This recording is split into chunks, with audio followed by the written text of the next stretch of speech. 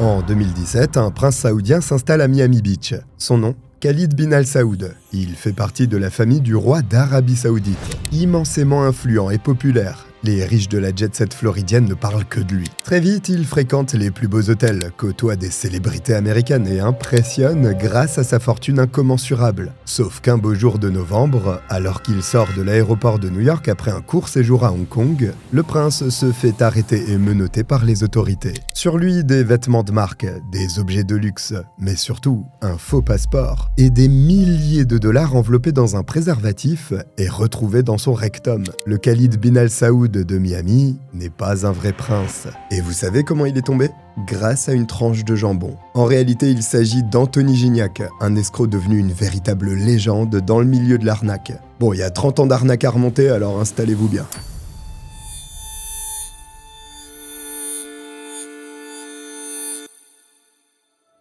Voici José Moreno, né en 1970 en plein cœur de la Colombie. Lui et son frère Daniel sont orphelins, et n'ont pas une enfance qu'on pourrait qualifier de facile. Petit, José ne va pas à l'école maternelle. Et à l'âge de 5 ans, contrairement à la plupart des gamins privilégiés, lui erre dans les rues de Bogota à la recherche de nourriture et d'un endroit où dormir, tout en s'occupant de son frère de 3 ans. Et la rue, c'est pas un endroit accueillant. José est violé, vendu à des hommes et tout ça, il le subit pour pouvoir nourrir son frère. Bref, il apprend à survivre plutôt qu'à vivre. Son calvaire s'adoucit en 1977, lorsqu'il est adopté par une famille américaine de la classe moyenne. Plus précisément par un couple de Plymouth dans le Michigan.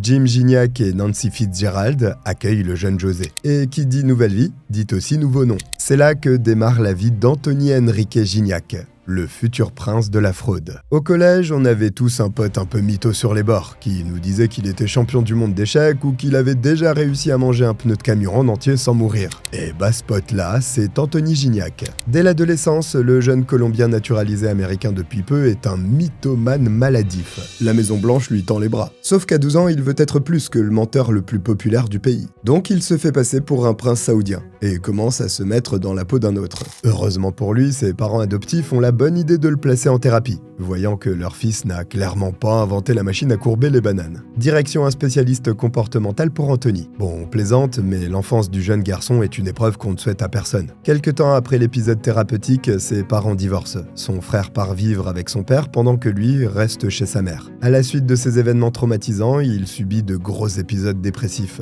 ce qui l'obligera à passer 1 an et demi en hôpital psychiatrique. Du jour au lendemain, Anthony Gignac, totalement à bout et souffrant de la séparation avec son frère, fugue et s'échappe de l'établissement. À 17 ans, il est abattu, livré à lui-même, et son seul refuge sera le mensonge et la délinquance. C'est le début du chaos. On est maintenant en 1987. Anthony s'installe en Californie sous un faux nom. Il utilise le pseudonyme d'Adnan Khashoggi, un célèbre marchand d'armes d'Arabie Saoudite. Notre escroc est à Los Angeles. Dans cette ville, personne ne le connaît. Donc il en profite pour changer régulièrement de nom. Puis il finit par trouver la fausse identité parfaite. C'est là qu'il se crée une fausse carte d'identité au nom de Khalid bin Al-Saoud, un vrai prince saoudien immensément riche et influent. À partir de 1988, c'est le lancement officiel des arnaques. Et vous n'êtes pas au bout de vos surprises, croyez-moi. Parce que là, on est parti pour un voyage de plus de 30 ans. Vous vous demandez sûrement pourquoi Anthony Gignac se fait passer pour un héritier de la famille Al-Saoud. Bah c'est tout bête. Il peut se servir du manque de culture des Occidentaux, et plus précisément de celui des Américains,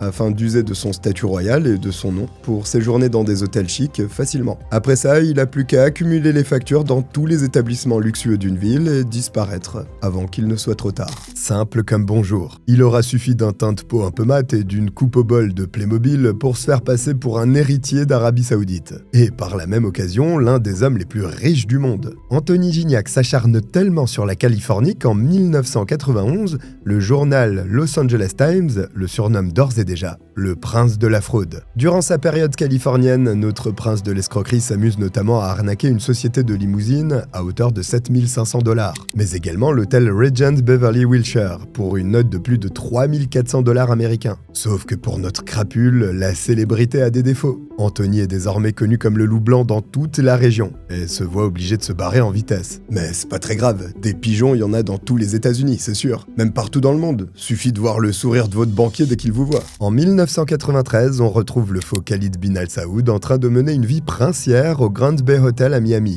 dans le quartier fortuné et verdoyant de Coconut Grove. Anthony croit si bien en ses mensonges que les autres n'ont d'autre choix que d'avoir confiance en lui. À ce moment-là, son niveau de fraude est tellement puissant qu'il arrive à séjourner dans l'hôtel en tant qu'invité. On parle là d'un établissement très luxueux qui a autrefois accueilli des célébrités telles que Prince, Elizabeth Taylor, Sophia Loren ou encore Michael Jackson. Plus rien ne l'arrête, son business frauduleux est florissant. D'ailleurs, devinez ce que fait notre bon vieux Anthony Gignac en 1994 ? Toujours la même chose. Il escroque. En pleine journée, il entre dans une agence American Express et prétend encore une fois être le prince Khalid bin Al-Saoud. Il dit qu'il a perdu sa carte de crédit Platinum et qu'il faut impérativement lui en fournir une autre. Au début, les employés de la banque hésitent et se demandent « il veut quoi le Playmobil ?» Bon, ils l'ont peut-être pas dit comme ça, sauf qu'Anthony est vexé maintenant. Le faux prince commence à les menacer et à évoquer le nom de son père, le roi d'Arabie Saoudite. Tout d'un coup, on rigole moins du côté des employés. Ces derniers finissent par céder et par remettre à l'usurpateur une nouvelle carte assortie d'une ligne de crédit de 200 millions de dollars. Un plan qui se déroule finalement sans accroc. Anthony, avec sa nouvelle carte de crédit Platinum à la main, en profite pour se faire une petite virée shopping. Vêtements de luxe, bijoux, montres Rolex, tout y passe et l'imposteur est aux anges. La même année, à 2000 km de Miami, l'université de Syracuse à New York reçoit l'appel d'un généreux donateur souhaitant leur offrir 45 millions de dollars. Ce mystérieux philanthrope est accompagné d'un ami investisseur et dit être un prince saoudien fortuné. Et oui, sans surprise, dès qu'une arnaque est faite dans le pays à propos d'un prince saoudien, c'est le faux Khalid bin Al-Saoud qui est derrière tout ça. Sauf que sur ce coup-là, Anthony est accompagné d'un bras droit redoutable, son frère, qu'il a eu la chance de retrouver puis de former à l'art de la manipulation. Tel frère. Évidemment, avant de faire cadeau de ces 45 millions de dollars à l'université, les deux donateurs ont une demande en retour. Un paiement de 16 000 dollars qui servira à couvrir les taxes de leur soi-disant don. Comme vous vous en doutez, Syracuse s'est fait enfumer. Et les deux frères escrocs se sont évaporés dans la nature avec les 16 000 dollars en poche. Bien entendu sans donner un seul centime à l'université. La vie est belle pour le délinquant américano-colombien. Sauf que quand on joue à ce point avec les nerfs de la justice, on finit toujours par se faire punir. Eh oui, vous n'avez quand même pas cru que j'allais vous raconter le récit d'un gars qui enchaîne les fraudes sans jamais se faire choper.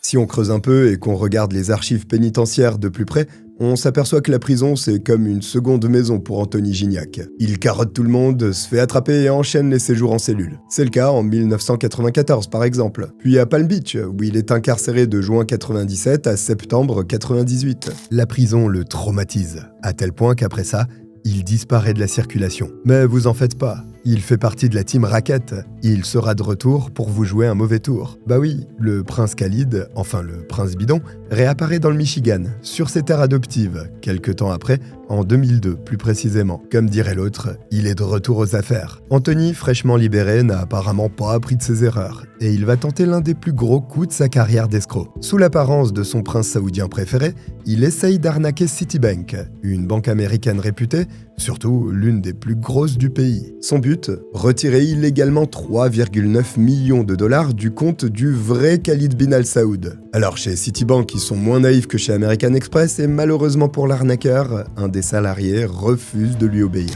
Mais Anthony, au lieu de s'avouer vaincu et de fuir, ce grand malade finit par s'en prendre à l'employé et par le menacer violemment. L'homme de 33 ans, de moins en moins discret comme on peut le voir, se fera même arrêter de nouveau en 2003, après avoir tenté de facturer frauduleusement 29 000 dollars à un grand magasin. Une fois de plus, au nom du prince Khalid bin Al-Saoud. Bon, là, les autorités commencent à le prendre au sérieux, d'autant plus qu'il n'en est pas à son coup d'essai. Il passe 2 ans au frais, de 2004 à 2006, si l'on en croit les archives pénitentiaires de l'État du Michigan. Bref, Anthony fait des allers-retours entre dehors et dedans. On dirait presque un jeu pour lui. Puis je vous jure que c'est pas près de se finir. Tout juste sorti de prison alors qu'il est en période de mise à l'épreuve, il a la bonne idée de récidiver. Devinez ce qu'il a fait cette fois ? Bah toujours pareil. C'est vrai, pourquoi changer ? Ça marche ? Il s'est servi du nom du prince saoudien pour faire des achats dans plusieurs magasins de luxe. Trop c'est trop. On est dans les années 2000 et après plus de 15 ans d'escroquerie, les services secrets décident de le prendre pour cible. Oui, 15 ans. Fallait bien être sûr. Et puis pour ne rien arranger, les habitants du Michigan qui commencent à bien connaître sa tête d'escroc ne se gênent plus. Désormais, ils l'agressent dès qu'ils le voient traîner dans le coin. En bref, Anthony est en mode GTA V, il a les 6 étoiles et tout le monde est à sa recherche. Sans surprise, il continue son imposture et se fait encore une fois appréhender par la justice en 2006. L'année suivante, son procès a lieu. Usurpation de l'identité d'un diplomate étranger. Multiples fraudes. Les charges sont lourdes. Au total, 66 mois de prison sont réclamés par la défense. Puis le juge, c'est pas un pigeon qu'on peut manipuler lui. On est dans la vraie vie là, pas dans le monde imaginaire d'Anthony Gignac. Le verdict est plus sévère que prévu. Logique, puisque la récidive n'arrange pas son cas. Finalement, il prend une peine de 77 mois. Ça fait 6 ans et demi pour les moins matheux d'entre nous. Je suis presque un peu triste de ce verdict. Ça veut dire que c'est la fin de notre histoire là. Si vous y avez cru, je vous souhaite vraiment de jamais tomber sur un arnaqueur en forme de Playmobil. Parce qu'évidemment, le prince de la fraude nous réserve encore bien des surprises. En 2011, au bout de 4 ans seulement, il est libéré et placé à Monica House, un centre résidentiel de correction communautaire. Et apparemment, la prison, ça vous change un homme. À sa sortie, Anthony Enrique Gignac trouve un emploi légal. Et celle-là, personne l'avait vu venir. L'escroc semble enfin sur le chemin de la guérison. Ouais, enfin, pas vraiment. Quelques mois plus tard, son employeur porte plainte contre lui. L'ancien imposteur a recommencé. Sauf que là, il ne s'agit pas de fraude, mais de trafic de drogue. Le cas Anthony Gignac est jugé si important que son dossier est directement transmis au FBI. Malgré toutes ces arrestations et ses rappels à la loi, il ne changera sans doute jamais. Anthony Gignac veut pas vivre dans la peau d'Anthony Gignac, mais bel et bien dans celle du prince Khalid bin Al Saoud, son alter ego. L'escroc est fait pour le luxe et la richesse, il le sait. Et qu'importe les moyens, il veut vivre son rêve. Une idée de génie lui vient alors. On est en 2015, et à partir de là, tout va s'accélérer. Les arnaques comme les problèmes. Le faux héritier de la couronne saoudienne fait alors la rencontre de Carl Marden Williamson, un avocat britannique qui vit en Caroline du Nord. À deux, ils créent une fausse société d'investissement nommée Marden Williams International. Grâce à celle-ci, Anthony peut dépenser tout l'argent du monde sans se faire griller, étant donné que son nom n'apparaît nulle part sur les documents. Carl Williamson est le complice parfait. Selon leur plan ingénieux, l'avocat est chargé d'entrer en contact, ou plutôt de recruter des hommes et des femmes d'affaires fortunés. Contrairement à Anthony, Carl, le Britannique raffiné, a la gueule de l'emploi. Bon, c'est sûr qu'Anthony a la gueule pour rien, donc le choix est vite fait. Il se présente auprès d'investisseurs potentiels, puis explique qu'il représente un prince saoudien qui dispose d'importants capitaux et qui voudrait faire affaire. Le prince étant bien sûr interprété par Anthony. Ça sent l'arnaque à plein nez, mais on y reviendra plus tard. Une fois la fausse société d'investissement créée, c'est l'occasion pour l'imposteur de reprendre ses activités. On est en 2016. Il est toujours sous surveillance de la justice, mais bon, il s'en fout. Après tout, on peut le comprendre, il a plus grand chose à perdre. Anthony Gignac jette alors son dévolu sur Miami, une ville qu'il va plonger dans le chaos le plus total. Accrochez-vous bien pour la suite, parce qu'on va parler de l'une des plus grandes escroqueries de l'histoire.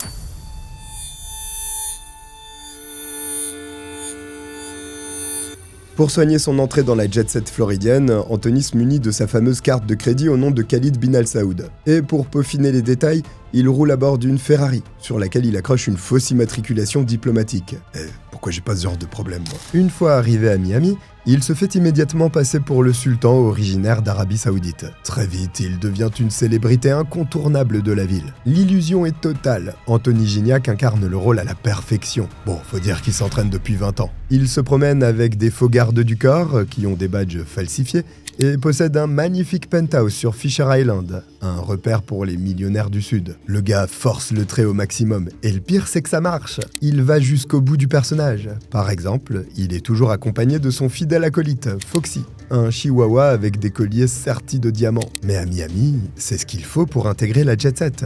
Plus la supercherie est grosse, plus ça passe. Et le mec s'arrête pas là. C'est un vrai sketch. Il s'exhibe dans des tenues traditionnelles saoudiennes. Il fait genre qu'il écrit arabe. Bref, le cliché total, mais les riches de Miami n'y voient que du feu. Une question reste en suspens par contre. Comment arrive-t-il à financer un train de vie si extravagant alors qu'il n'a pas de moyens financiers exorbitants ? Il est pauvre en réalité, je le rappelle. Enfin, par rapport au jet-setter de Floride, il est fauché quoi. Même pour faire semblant, faut un peu de cash. Pour mieux comprendre sa technique, voici un petit tuto présenté par Anthony Gignac sur comment faire genre que vous êtes blindé alors qu'en vrai pas du tout. Première étape, Vous achetez les Rolex les moins chers du marché, même en occasion, on s'en fout, et vous collez dessus de faux diamants ou d'autres pierres précieuses contrefaites. Ensuite, vous roulez dans des voitures de luxe louées ou que vous empruntez de temps en temps à des connaissances. Les influenceurs de Dubaï la connaissent bien, cette technique. Dernière étape, et pas des moindres, vous exhibez toute votre fausse vie et vos faux achats ostentatoires sur un compte Instagram que vous alimentez régulièrement. C'est ça,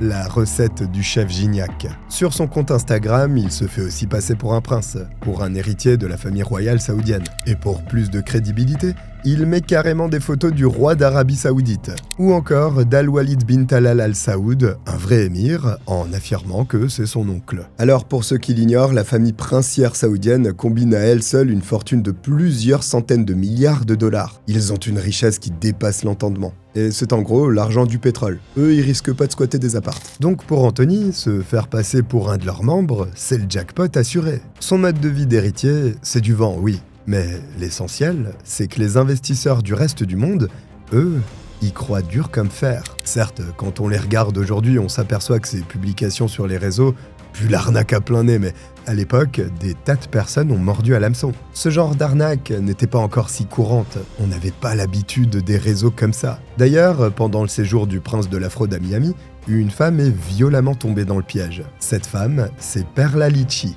une designer de renom. En Floride, cette femme d'affaires, c'est pas n'importe qui. Elle a entre autres travaillé pour l'ancienne star de basket des Chicago Bulls, Scottie Pippen, ou encore pour la famille princière du Qatar, les Al Thani, dont l'émir Tamim Ben Hamad est tout simplement l'actuel propriétaire du PSG. Bref, Perla, elle pèse, et elle s'est fait connaître grâce à ses créations au Moyen-Orient, où elle a conçu de somptueux palais pour des dynasties, et notamment la dynastie des Al Saoud. Et oui, c'est pas un hasard si Anthony Gignac a pris pour cible Perla Litchi, et qu'il a donc tenté de s'introduire dans la vie de la jeune femme. Lui qui prétend depuis toujours être Khalid bin Al Saoud, son plan était déjà tracé d'avance. Un jour de 2017, l'escroc passe un coup de fil, et dit avec enthousiasme « Eh, salut Perla, je suis de la famille Al Saoud, et t'as rénové les résidences de certains de mes proches. J'admire trop ton travail. Ça te dirait qu'on se voit un de ces quatre ?» Et bam, le tour est joué. Durant cette première conversation téléphonique, Anthony annonce à la designer qu'il se rend justement à Miami, chez elle, et qu'il pourrait donc se retrouver là-bas. Perla, ravi de se faire un nouvel ami influent venu du Moyen-Orient,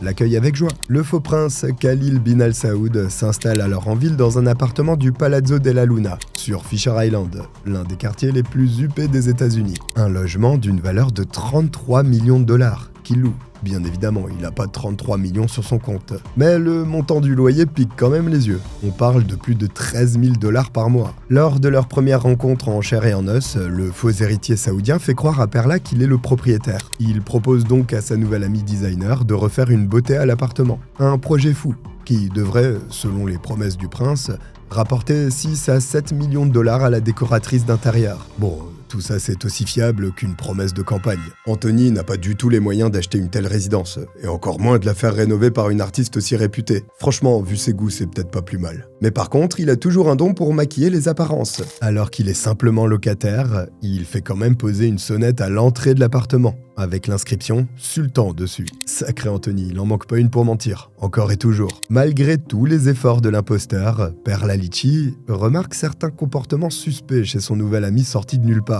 Bah oui, Khalid bin Al Saoud semble très à l'aise aux États-Unis. Déjà, il serre la main aux gens pour les saluer.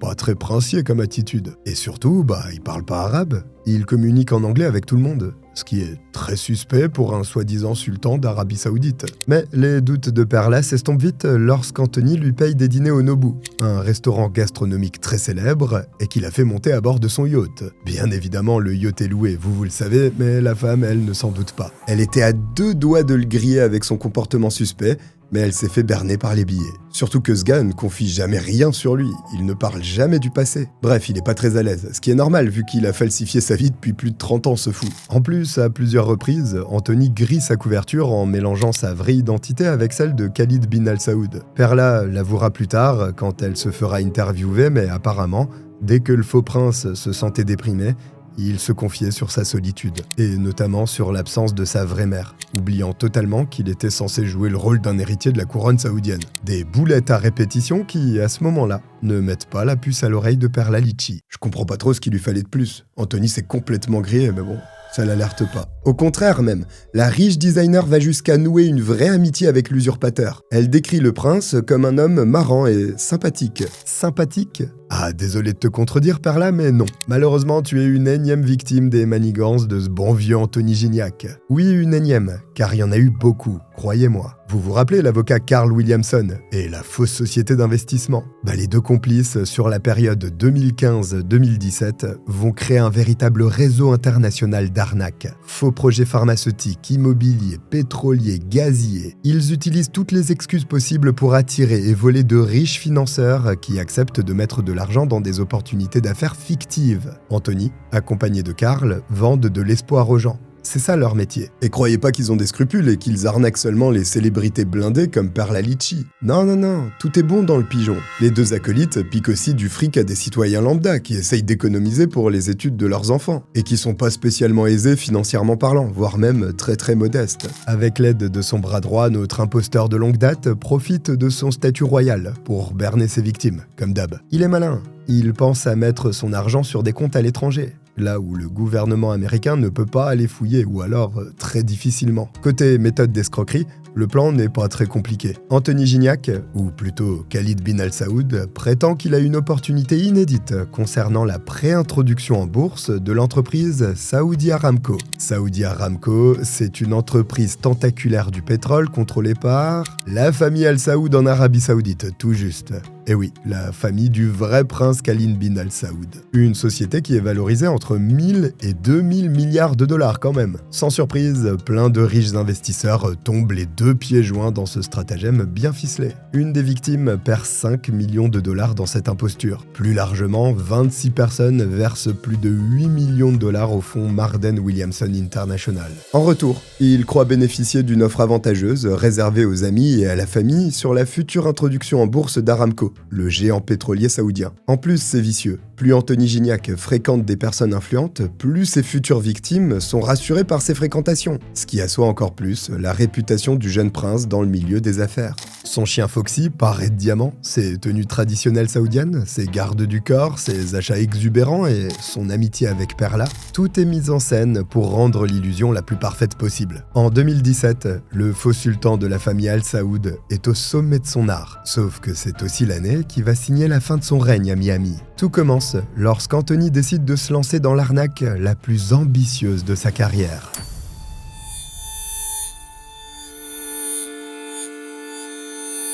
Fort de sa célébrité et de son succès en ville, le faussaire multirécidiviste noue des liens avec le milliardaire Jeffrey Soffer, le proprio du prestigieux hôtel Fontainebleau à Miami Beach, un établissement emblématique. Selon les rumeurs, à ce moment-là, le Fontainebleau a des problèmes financiers et Soffer chercherait des actionnaires fortunés prêts à investir des capitaux dans l'hôtel. Forcément, quand ça pue, ça attire les mouches à merde. Et donc voilà Anthony. Il a eu vent de la nouvelle et il en profite afin de se faire passer une nouvelle fois pour le riche Khalid bin Al-Saoud. Les deux hommes se rencontrent très vite lors d'un repas. Anthony fait croire à Jeffrey qu'il souhaite acquérir 30% de son établissement pour un montant de 440 millions. Une offre très alléchante pour le directeur de l'hôtel. Bah oui, évidemment. Anthony vient de faire une proposition 3 fois supérieure à la réelle valeur marchande du bien. Le bel idiot. On se demande bien qui est le vrai pigeon dans cette histoire. Suite à ce repas et cette proposition farfelue du prince saoudien, les doutes de Jeffrey Soffer s'installent. Malgré ça, les négociations continuent. Et comme le veut la tradition, le propriétaire de l'hôtel Fontainebleau couvre de cadeaux le futur acheteur. Anthony reçoit plusieurs œuvres d'art d'une valeur totale de 130 000 dollars. Des bijoux et un bracelet Cartier d'un prix de 50 000 dollars. Au milieu de l'année 2017, les deux hommes d'affaires ne se quittent plus. Ils voyagent souvent ensemble, à Aspen notamment, l'une des stations de ski les plus cotées des États-Unis. Le prince Al Saoud a beau être louche, Soffer ne peut s'empêcher de baisser sa garde face à ce personnage attachant et sympathique. Puis au fil du temps, le sultan en mousse commence à payer les additions des dîners, à inviter tout le monde dans son jet privé et sur son yacht. Le subterfuge est parfait. Anthony Gignac devient de plus en plus crédible aux yeux du milliardaire américain. Mais contre toute attente, un événement va tout changer. À Aspen, alors qu'il se trouve dans le hall d'une résidence de luxe, une dispute éclate entre les deux hommes. Khalid bin Al-Saoud pète un câble, insulte la terre entière et affirme qu'il est intouchable, que de toute façon, il dispose de l'immunité diplomatique et qu'il faut le respecter. Immunité diplomatique, deux très jolis mots qui remettent immédiatement le doute au directeur du Fontainebleau. Bah oui. Une telle protection ne peut pas être accordée à un simple prince étranger, c'est impossible. L'entourage de Jeffrey Soffer, lui aussi, commence à avoir des suspicions concernant le prétendu sultan. Un des proches du milliardaire mène sa petite enquête et finit par découvrir que le yacht du Saoudien est en fait loué. La grande question c'est, pourquoi un homme si riche s'embarrasserait-il à louer quelque chose alors qu'il lui suffit de sortir son chéquier et d'acheter ce qu'il veut? Le masque du faux prince commence peu à peu à tomber, sauf que pour l'instant, rien ne prouve définitivement l'imposture d'Anthony Gignac. Ça, c'était sans compter sur le génie de ce dernier. Lors d'un nouveau dîner d'affaires à Aspen, au milieu de négociations et des rires, l'escroc a la bonne idée de commander du prosciutto crudo au restaurant. Prosciutto, ça veut dire jambon en italien. Vous voyez pas le problème? Un vrai prince issu de la famille Al Saoud et de confession musulmane n'aurait jamais commandé ça. Au moment précis où le sultan Khalid bin Al Saoud prend sa fourchette et porte l'aliment à ses lèvres, les invités, bouche bée, le regardent savourer. Personne n'ose rien dire. Le malaise plane. Et l'imposteur est le seul à pas se rendre compte du silence qui règne dans la pièce. Cette fois-ci, c'est la goutte de trop pour Jeffrey Soffer. Il en est désormais certain. Ce prince saoudien n'en est pas un. C'est une fraude. Et il compte bien le faire savoir. Merci le jambon. C'est alors qu'il décide en août 2017 d'engager un cabinet pour enquêter sur le prétendu Khalid bin Al Saoud. Après plusieurs semaines de recherche, on découvre que la plaque d'immatriculation diplomatique sur la Ferrari du sultan est une fausse. En vérité, ce dernier l'a acheté pour $79 sur eBay. Jeffrey Soffer révèle alors à tout Miami la vraie identité du faux Khalid bin Al Saoud. Par la même occasion, des milliers de personnes apprennent la vérité sur l'imposteur qui les a bernés pendant des années. Le problème, c'est que l'escroc court toujours et qu'il a fui le continent américain. Rassurez-vous, la traque va pas durer longtemps. Les mensonges et les faux semblants prennent véritablement fin le 29 novembre 2017, quand Anthony Gignac, en provenance de Hong Kong, est menotté par la police à l'aéroport JFK de New York. Cerise sur le gâteau, la police retrouve sur lui un faux passeport, des bijoux et plusieurs milliers de dollars. Le monde découvre médusé le visage du prince de la fraude. Un homme de 47 ans, arrêté 11 fois au cours des 3 dernières décennies, voyageant à travers le monde sous de faux documents et se faisant passer pour un puissant diplomate étranger. Un mois plus tard, le 14 décembre 2017, à 6h30, 8 agents fédéraux pénètrent au domicile de Carl Warden Williamson, le complice. Il affirme qu'il a lui aussi été dupé dans toute cette histoire. Couvert de honte et ne pouvant supporter ce qu'il attend, l'avocat d'origine britannique se pend la nuit suivante et meurt de la suite de ses blessures 2 jours plus tard, à l'hôpital. Malheureusement, l'affaire d'imposture tourne au drame. En mars 2019, lors de son procès, Anthony Gignac plaide coupable de 4 chefs d'accusation. Fraude au passeport, vol d'identité aggravée, fraude par voie électronique et usurpation d'identité diplomatique. Devant la cour, il dira « Je suis entièrement responsable de cette opération et je l'accepte. Je ne suis pas un monstre. » L'escroquerie par usurpation d'identité impliquait de fausses plaques d'immatriculation diplomatique, des bijoux de grande valeur, des œuvres d'art, des fraudes par virement bancaire et des voyages internationaux. Le 31 mai, le verdict tombe.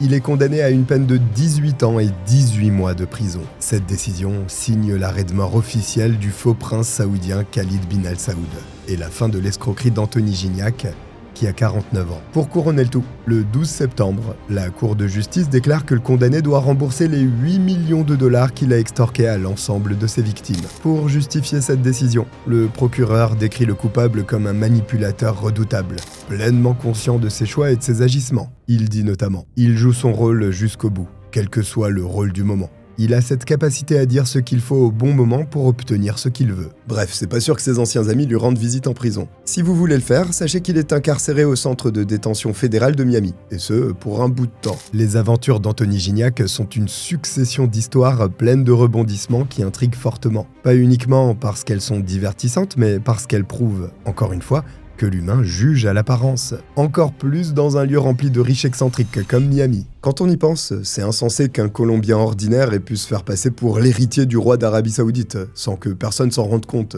Mais bon, on est aux États-Unis, peut-être que les âmes crédules et manipulables y sont un peu plus nombreuses qu'ailleurs, qui sait. Et normalement, ça devrait vous rappeler l'affaire Aurélie Barre. C'est une Française et elle aussi a frappé à Miami. Je vous avais raconté son cas. Je vous remercie d'avoir été présent, on se retrouve très bientôt pour un nouveau scandale ou une arnaque, qui sait. Bye.